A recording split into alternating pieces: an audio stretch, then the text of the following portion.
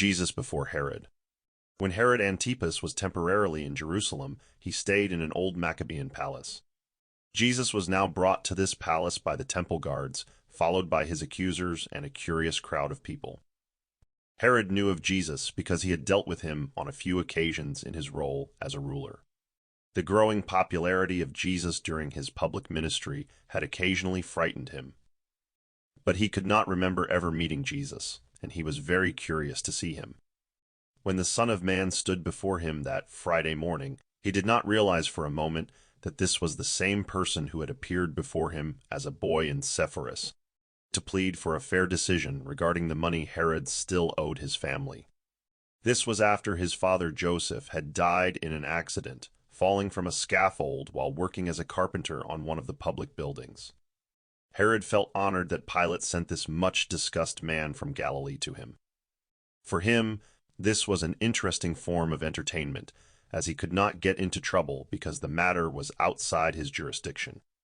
It also gave him a sense of relief that he would no longer have to worry about Jesus in the future.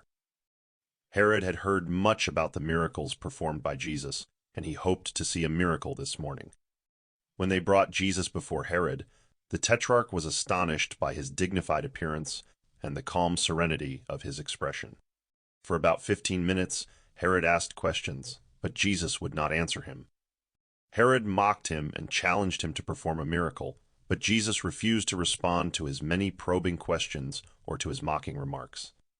Then Herod turned to the accusers, and listening to their accusations, he heard, even more than Pilate had, everything they had to say about the alleged evil deeds of the Son of Man.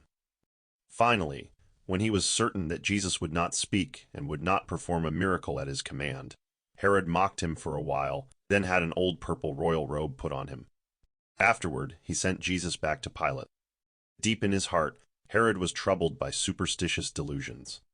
Sometimes the thought terrified him that he was cursed because of his significant role in the murder of John the Baptist. He had even feared at times that Jesus was John the Baptist risen from the dead. Now he was relieved of that fear because he saw that Jesus was a very different person from the fiery prophet who had dared to expose his private life and openly criticize him.